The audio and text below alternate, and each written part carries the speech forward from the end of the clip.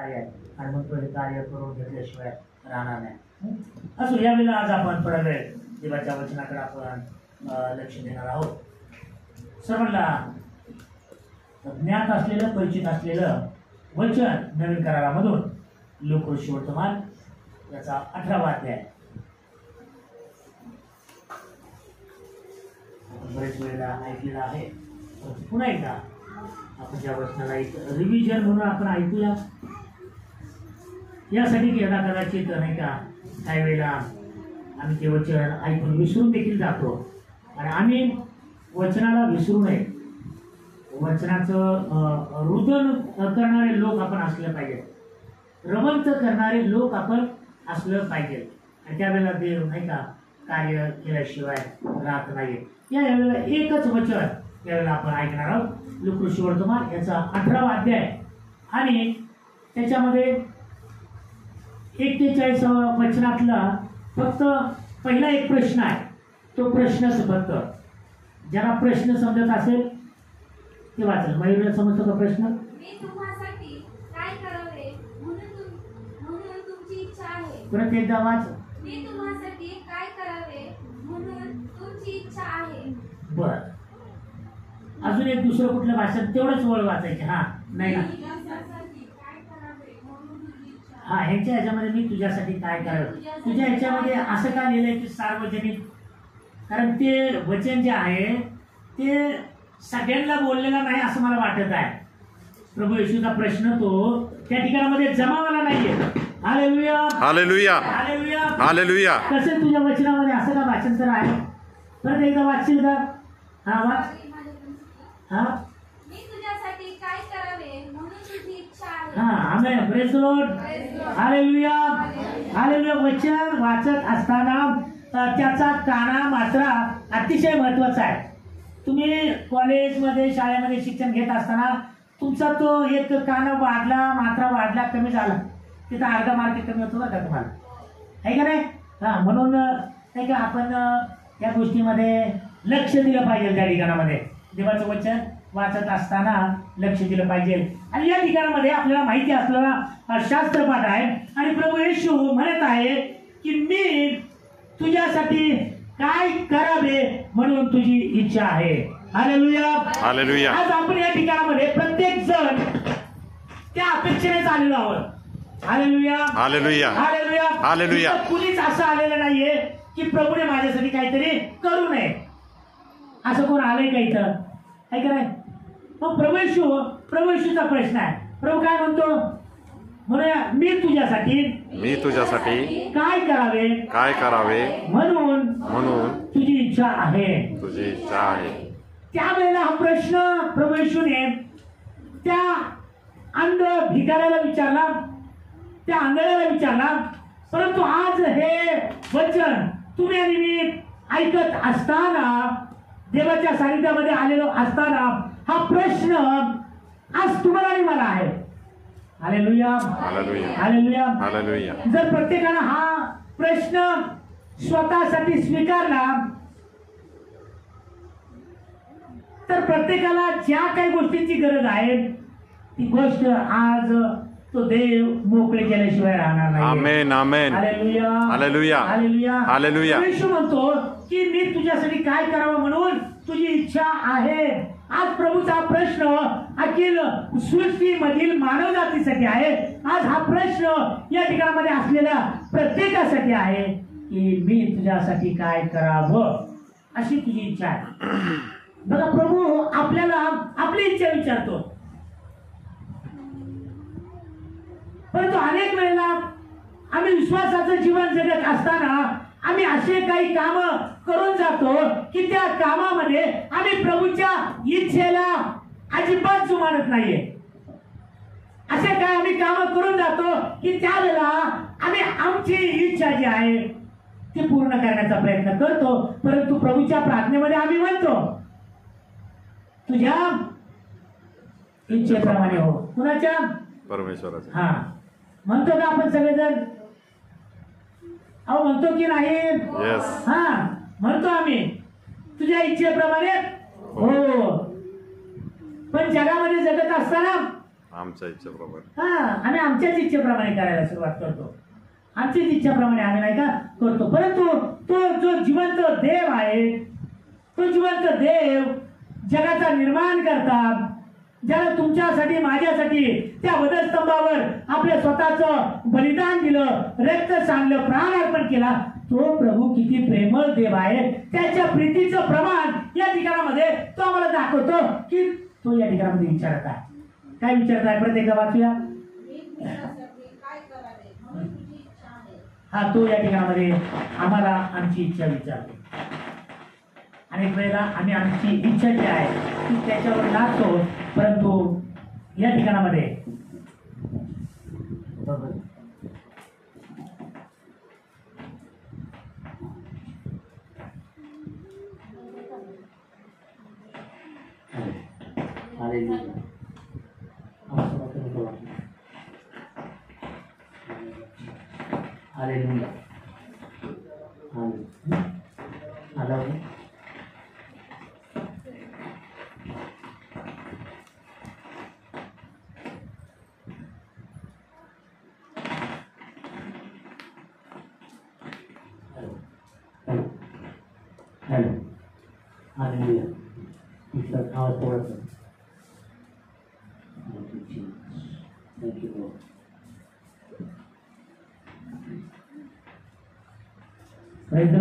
Praise the Lord. Hallelujah.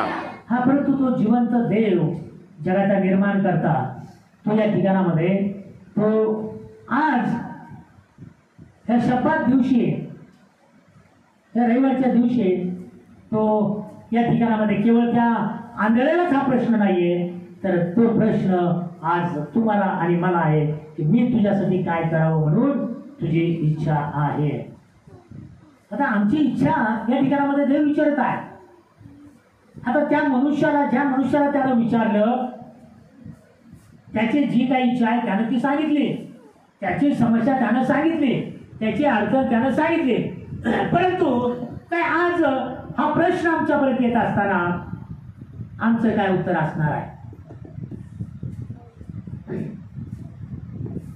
हा प्रश्न आमच्यापर्यंत येत असताना जर प्रभू आम्हाला विचारतो, मी तुझ्यासाठी काय करावं अशी तुझी इच्छा आहे,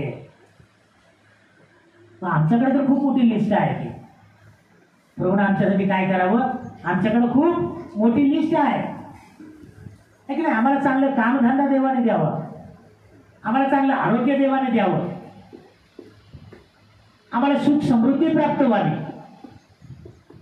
सर्व जे काय आमच्या टेन्शन आहेत ते आमचे दूर व्हावे, सर्व काय आमच्या जीवनातल्या ज्या काय लीडा पिढा काय काय असतात सगळ्या निघून जाव्यात, हेच आम्ही देवाकडे मागणार आहोत. त्याच्या पलीकडे आमच्याकडे काय आहे मागण्यासाठी? ज्याला हा प्रश्न प्रभूने केला त्याला देखील नाही का त्याची समस्या काय होती माहितीये का?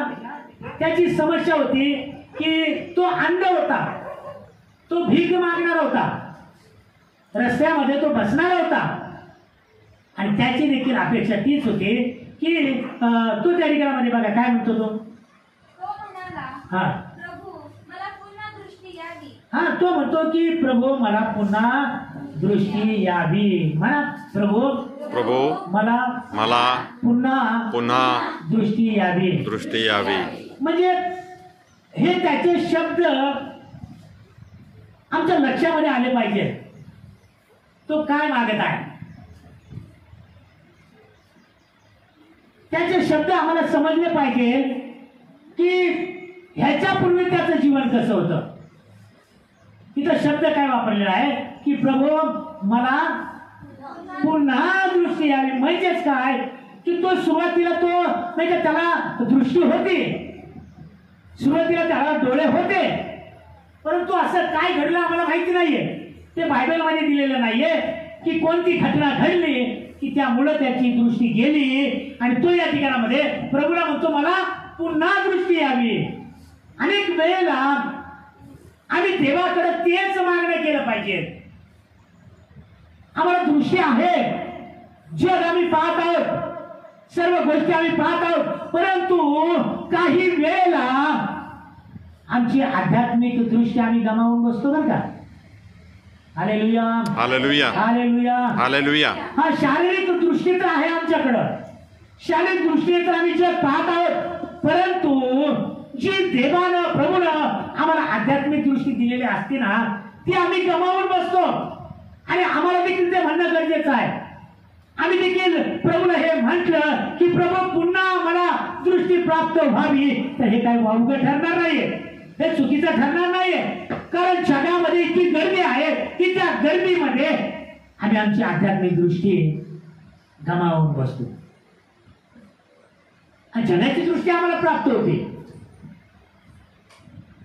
जगी गोष्टी आम्ही नाही का पाहू शकतो, जगाला आम्ही पाहू शकतो.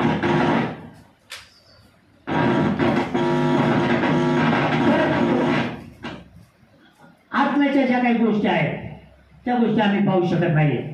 Hallelujah hallelujah hallelujah. या ठिकाणामध्ये प्रभू येशू विचारत आहे की मी तुझ्यासाठी काय करावं म्हणून तुझी इच्छा आहे.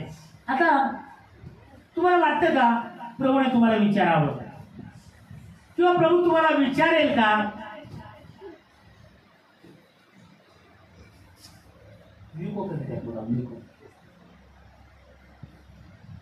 Hallelujah hallelujah hallelujah hallelujah. प्रभू येशू कुणा सांगती बोलतो, प्रभू येशू कुणाला त्याची इच्छा विचारतो, हे पण जाणून घेणं गरजेचं आहे. त्या वचनाकडे आम्ही लक्ष लावत असताना आम्हाला कळायला पाहिजे की नाही का, कदाचित तुम्ही म्हणत असाल आम्ही दर रविवारी प्रार्थनेला जातो, आम्ही दर रविवारी चर्चला जातो, का येशू आमच्या संगती बोलत नाही, का देव आमच्या संगती बोलत नाही, का देवाचं वचन आमच्या संगती बोलत नाही? प्रभू कुणाला पण बोलत नाहीये.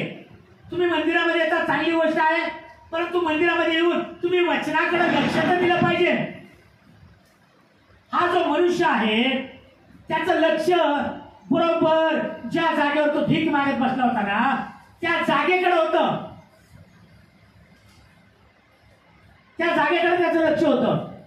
त्या जागेमधून रस्त्यावरून कोण येतंय कोण जातंय त्याच्याकडे त्याचं लक्ष होतं. प्रभू येशू कुणाला पण विचारत नाही. तुम्ही केवळ इथं आला पासला उगाच ऐकायचं म्हणून ऐकलं गेला ना, तर तुम्हाला प्रभू विचारणार नाही, तुमच्यासाठी बोलणार पण नाही, आणि तुम्ही ज्या कारणास्तव इथं येता ते कारण पण तुमचं सिद्धीत जाणार नाही. फक्त एक प्रोसेस म्हणून तुम्ही इथं याल आणि तुम्ही जाल. प्रभू हा प्रश्न कुणाला विचारतो बघा. 35 वचनाच्या पुढे आपण वाचूया. हा बरोबर आहे.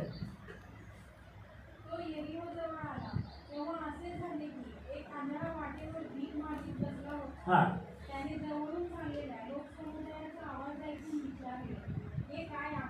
हा तुम्हाला या ठिकाणामध्ये तुम्ही येत असताना बसत असताना तुमच्या मनामध्ये ते प्रश्न निर्माण व्हायला पाहिजे.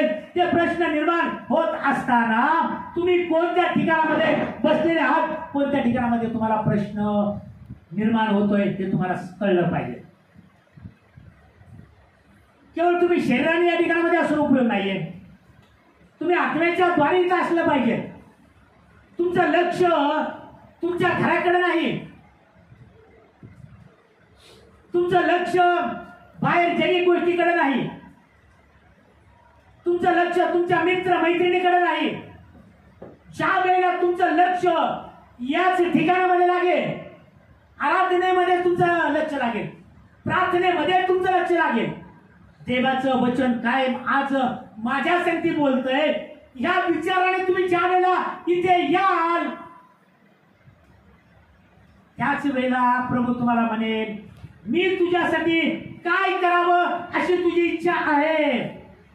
प्रभू जर एखाद्याला इच्छा विचारेल ना, तर त्याच्या योजनेमध्ये जो कोणी नाही, लक्षात घ्या, देवाच्या योजनेमध्ये नसलेल्या भावाला, बहिणीला, मुलीला, मुलाला, लेकराला तो बोलणार नाही. तो कुणाला बोलेल माहितीये का? ज्याचं पूर्ण लक्ष या देवाच्या सानिध्यामध्ये आहे, ज्याचं पूर्ण लक्ष मला काहीतरी प्राप्त करून घ्यायचं आहे, ज्याचं पूर्ण लक्ष त्याच्याकडे स्वार्थ असला पाहिजे. जो कोणी देवाच्या सानिध्यामध्ये येतो, जो कोणी देवाच्या मंदिरामध्ये येतो, त्याच्याकडे स्वार्थ असला पाहिजे. मंडळी लक्षात घ्या, तुम्ही या ठिकाणामध्ये येत असताना नाही का स्वार्थी होऊन आलं पाहिजे. जग मंदिरात स्वार्थी असू नये, परंतु मी तुम्हाला म्हणतो की तुम्ही या ठिकाणामध्ये येत असताना तुमच्याकडे स्वार्थ असला पाहिजे. Hallelujah, hallelujah, hallelujah, hallelujah. तो स्वार्थ काय माहितीये का? तो स्वार्थ अशा प्रकारे असला पाहिजे की आज मला देवाच्या वचनाचा आशीर्वाद मिळाला पाहिजे. आमेन. आज मीच त्या देवाच्या मंदिराकडे नाही का पहिलं मीच त्या देवाच्या मंदिराकडे जाईल. त्या मंदिराची सेवा करायला मला तो बहुमोल मान मिळाला पाहिजे. आज देवाचं वचन माझ्यासाठी बोलणार आहे, या उद्देशाने तुम्ही घर सोडाल ना, त्यावेळेला प्रभू तुम्हाला बोलेल, मी तुझ्यासाठी काय करावं अशी तुझी इच्छा आहे. आमेन. शपथ दिवस म्हणजे प्रोसेस नाहीये, रविवार म्हणजे नाही का एक प्रोसेस नाहीये. रूढी परंपरा आम्ही नाही का पाडून घ्यायची नाही आमच्या जीवनाला, आमच्या कुटुंबाला. एक बाबा आज रविवार आहे म्हणून आपल्याला जायचंय आणि परत यायचंय असं म्हणून तुम्ही आला गेला, मग तुम्ही वर्षानुवर्ष येतच राहताल, वर्षानुवर्ष जातच राहाल. तुमचं जीवन बदलणार नाही, तुमची परिस्थिती बदलणार नाही, तुमचे आजार बदलणार नाही, तुमच्या समस्या बदलणार नाही, तुमची निराशा बदलणार नाही, तुमचं टेन्शन हे बदलणार नाही. का? कारण तुम्ही या देवाच्या मंदिराला, तुम्ही देवाच्या विश्वासाला एक प्रोसेस म्हणून बघत आहात. Hallelujah, hallelujah. जर आम्ही अशा प्रकारे बघत आहोत तर निश्चितच आम्ही आशीर्वादाचे भागीदार नाहीये. हालेलुया. देवाची इच्छा ही आहे की तुम्ही काहीतरी प्राप्त करणारे लोक असलं पाहिजे. माझी प्रार्थना पण तीच असते. मी जे आठवड्याभर प्रार्थना करतो, या ठिकाणामध्ये येण्यापूर्वी नाही का मी पहाटे उठतो आणि नाही का तुमच्यासाठी प्रार्थना करतो. माझी प्रार्थना काय असते की प्रभू तुझे लोक आज येत असताना त्यांना तुझ्याकडून काहीतरी प्राप्त करून घेण्यासाठी त्याने यावं. त्यांना तो ध्यास लागू दे, त्यांना ती आवड निर्माण होऊ दे, त्यांना ती उत्कंठा निर्माण होऊ दे की आज मी देवाच्या मंदिरामध्ये जाऊन नाही का मी देवाचा आशीर्वाद मिळवणारच आहे. हा तर तुम्हाला काहीतरी मिळणार, नंतर काही मिळणार नाही. फक्त मग इथं यायचं, बसायचं, प्रार्थना करायची, प्रार्थना करून घ्यायची आणि जायचं, एवढंच तुमच्यापर्यंत राहील, एवढंच राहील. पण तो माझा देव खूप चांगला आहे, त्याची इच्छा ही आहे की नाही का जर तुम्ही या ठिकाणामध्ये येता, एवढ्या लांबून येता, तुमचा वेळ तुम्ही जर नाही या ठिकाणामध्ये खर्च करता तर नक्की यायचं नाही का तुम्हाला आशीर्वाद मिळाला पाहिजे, तुमच्या समस्या सुटल्या पाहिजे, तुमचे आजार निघून गेले पाहिजे. या ठिकाणामध्ये प्रभू येशू नाही का आपण काय वाचतो, वाचा प्रतीक वचन. आला तेव्हा असे झाले की एक आंधळा वाटेवर भीक मागीत बसला होता. त्याने जवळून चाललेल्या लोकसमुदायाचा आवाज ऐकून विचारले, हे काय आहे? त्यांनी त्यांना सांगितले, येशू नासरेतकर जवळून जात आहे. तेव्हा तो ओरडून म्हणाला, अहो येशू दाविदाचे पुत्र, माझ्यावर दया करा. या ठिकाणामध्ये त्याची हालचाल जी आहे ना नाही का लोकांची हालचाल त्याला माहिती होती, प्रत्येक हालचालीवर त्याचं लक्ष होतं आणि त्यानं पाहिलं गडबड गोंधळ मोठा आवाज आणि त्यानं लोकांना विचारलं हे काय चाललंय. लोकांनी त्याला सांगितलं की नासरेतकर येशू या ठिकाणामधून चाललेला. हे वचन आपण ऐकत असताना नासरेतकर येशू आमच्यामध्ये असतो, नासरेतकर येशू आमच्यामध्ये विराजमान होतो, त्याचा पवित्र आत्मा आमच्यामध्ये असतो, त्याचं सामर्थ्य आमच्यामध्ये असतं. आम्हाला जाणून घेतलं पाहिजे या ठिकाणामध्ये काय चाललेलं आहे, आज वचन काय सांगत आहे. आज वचन माझ्यासाठी बोलतं का? आज वचन माझ्या परिवारासाठी आहे का? माझ्या वैयक्तिक आध्यात्मिक उन्नतीसाठी आहे का? हे बघणं गरजेचं आहे, हे पाहणं गरजेचं आहे. या ठिकाणामध्ये हा मनुष्य बघा येशू कुणासाठी बोलतो, येशू कुणाला म्हणतो मी तुझ्यासाठी काय करावं म्हणून तुझी इच्छा आहे. जे येशूकडे बारीक लक्ष लावून ध्यान देतात त्याच्यासाठी येशू बोलतो. येशूला त्याची चाहूल कळते, ह्याला आशीर्वादाची गरज आहे.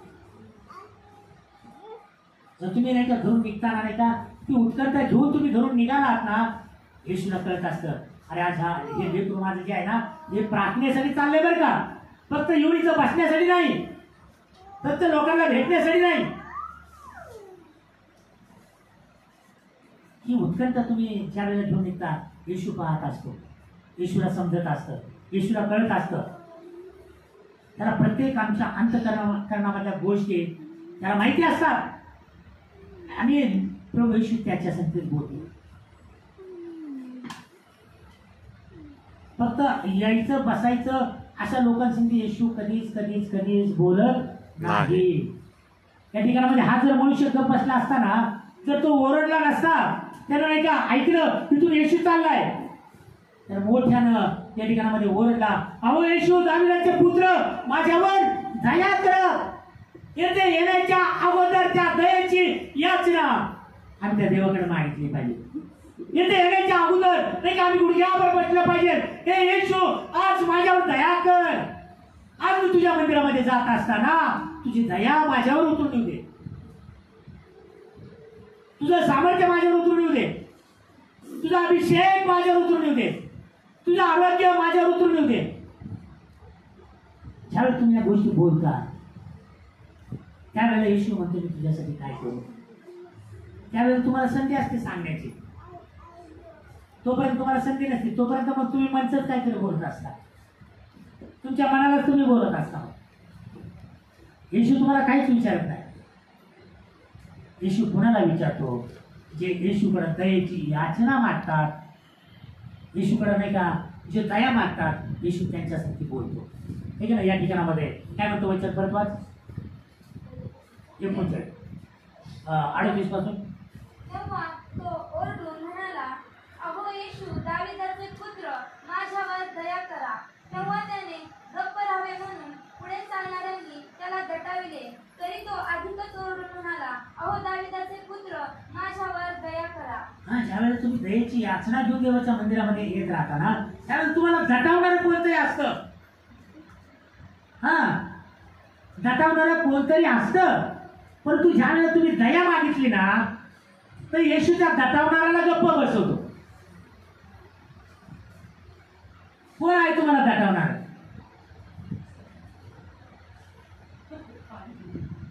सैतान. बघा सैतान म्हणून माझं काहीतरी घेणं आहे का? तुमच्या गावात आठवड्यातून एकदा पाणी सुटतं, आता त्याला मी कारणीभूत आहे का? मंडळी सरळ सरळ म्हणायला लागली सैतान. कोण आहे दाखवणार? सैतान. तो काही वेळ नाही का देवाकडे जाऊन तो नाही का म्हणतो देवा अरे काहीतरी माझा संबंध आहे का? त्या सोलापूरमध्ये 7 दिवसाला आठवड्याला एकदा पाणी सुटतं आणि पाण्यामुळं लोक नाही का थांबले, पाण्यामुळे लोक उशिरा आले, पाण्यामुळे लोकांनी त्यांचा आशीर्वाद गमावला, पाण्यामुळे लोकांनी आराधना गमावली, पाण्यामुळे लोकांनी वचन ऐकायचं गमावलं, पाण्यामुळे लोकांची मनं अस्थिर झाली आणि लोक काय तुला सांगत आहेत बघ सैतान. काय करू काय मी? सैतान म्हणत असेल. देवाजवळ जाऊन ना मला वाटतं काय करेल तो डोकं आपलंच असेल. अरे देवा माझं काय नाही याच्यामध्ये. दटावणार कोणतं या?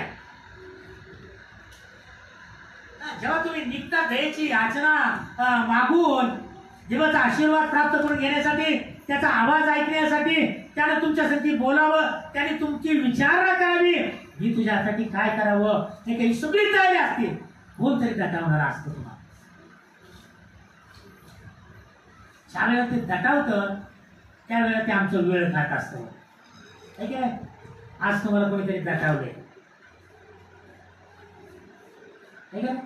आता तरी खरं बोलतो का नाही? आज आम्हाला पाण्याने दटावले, सगळीकडेच आहे ती समस्या. कधी आम्हाला पाणी दटावतं, कधी काहीतरी एखादं काम आम्हाला येतं, कधी काहीतरी अडचण असते, कधी रिक्षावाला असतो, त्या सगळ्या गोष्टी ज्या आहेत ना,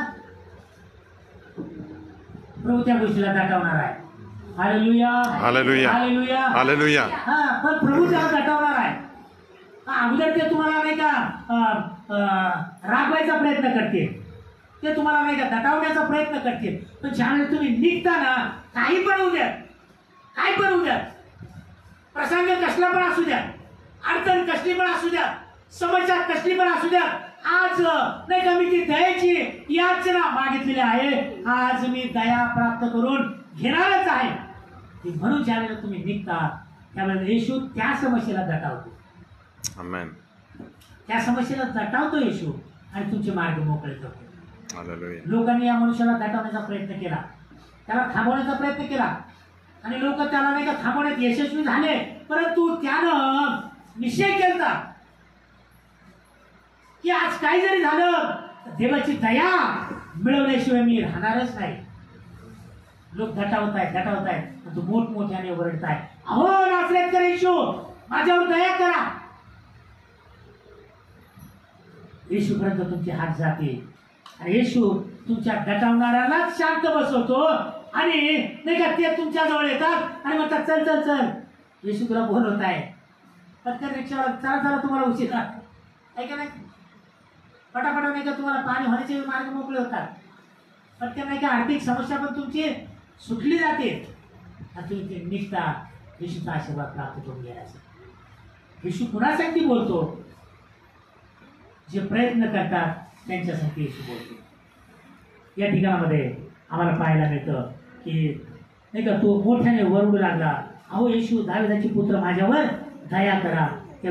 तेव्हा त्यांनी गप्प राहावे म्हणून पुढे चालणाऱ्यांनी त्याला दटावलं, तरी तो अधिकच ओरडून म्हणाला, अहो दाविदाचे पुत्र माझ्यावर दया करा. ज्या वेळेला तुम्ही नाही का दया मागता त्यावेळेला नाही का काय होतं? 40 वचनाचा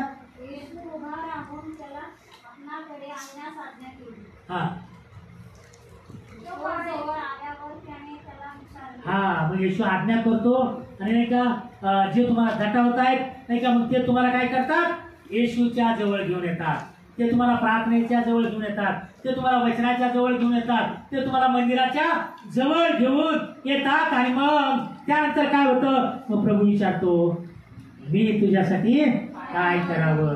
आता तुमची वेळ आहे मंडळी. प्रभू म्हणत आहे की मी तुमच्यासाठी काय करावं. प्रभू प्रत्येकाला विचारत आहे, मी तुझ्यासाठी काय करावं? म्हणून तुझी इच्छा आहे. आज तुम्ही ज्या काही इच्छा घेऊन आलेला आहात त्या प्रत्येक इच्छा त्या प्रभू समोर मांडाय. त्या आंधळ्या व्यक्तीनं नाही का तो काय म्हणला? वाचलं पुढचं वचन, मी तुम्हासाठी काय करावे. परत तसंच आहे का तुझ्यात वचन? मी तुझ्यासाठी काय करावे म्हणून तुझी इच्छा आहे. तो म्हणाला, प्रभू मला पुन्हा दृष्टी यावी. येशूने त्याला म्हणाला, तुला दृष्टी येवो, तुझ्या विश्वासाने तुला बरे केले. काय चमत्कार त्या ठिकाणामध्ये झाला. तो आंधळा होता, आंधळा झालेला होता, परंतु ज्या वेळेला त्याने देवाला हाक मारली, दयेची हाक नाही का त्यानं मारली, दटावणारा नाही का त्यानं सुमारले नाही, तो मोठमोठ्याने वरडतच राहिला. येशूपर्यंत त्याचे हात गेले आणि येशू त्याला विचारतो, मी तुझ्यासाठी काय करावं? आणि तो म्हणतो की येशू मला पुन्हा दृष्टी प्राप्त होईल. आणि मग त्या ठिकाणामध्ये येशू म्हणतो, तुला दृष्टी येऊ, तुझ्या विश्वासाने तुला बरं केलेलं आहे. आमचा विश्वास मी बऱ्याच गोष्टीला नाही का आमच्या आशीर्वादाला कारणीभूत असतो.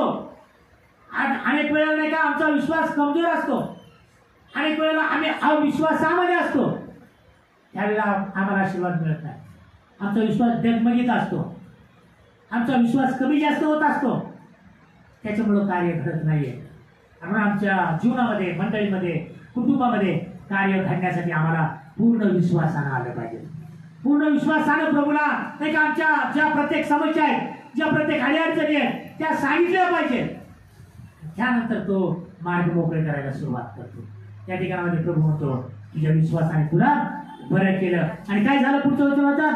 तत्क्षणी त्याला दृष्टी आली आणि तो देवाचा महिमा वर्णित त्याच्या मागे चालू लागला. तेव्हा सर्व लोकांनी हे पाहून देवाचे स्तवन केले. त्याच वेळेला त्याला दृष्टी आली, त्याला दृष्टी यायला विलंब लागला नाही. आम्ही म्हणतो किती वर्ष आम्ही वाट बघायची, किती वर्ष आमच्या प्रार्थनेची उत्तरं मिळणार नाहीत, किती वर्ष नाही का आमच्या असे त्रासात जातील, निराशेत जातील, टेन्शनमध्ये, चिंतामध्ये, काळजीमध्ये जातील. म्हणजे लक्षात घ्या, का आम्हाला विलंब लागत आहे? कुठंतरी आमच्या विश्वासामध्ये कमी जास्तीपणा आहे, कुठेतरी आमच्या विश्वासामध्ये कमतरता आहे, त्याच्यामुळंच विलंब होत आहे. आज प्रभूचं वचन आमच्याकडे आलेलं आहे की आमच्या विश्वासाला बळकट करूया, आमच्या विचाराला बळकट करूया, आमच्या प्रार्थनेला बळकट करूया, आमच्या वचनाला बळकट करूया. या वेळेला त्याचे गौरव आपण करूया. या आपण आपल्या जागेवर उभं राहूया सर्वजण.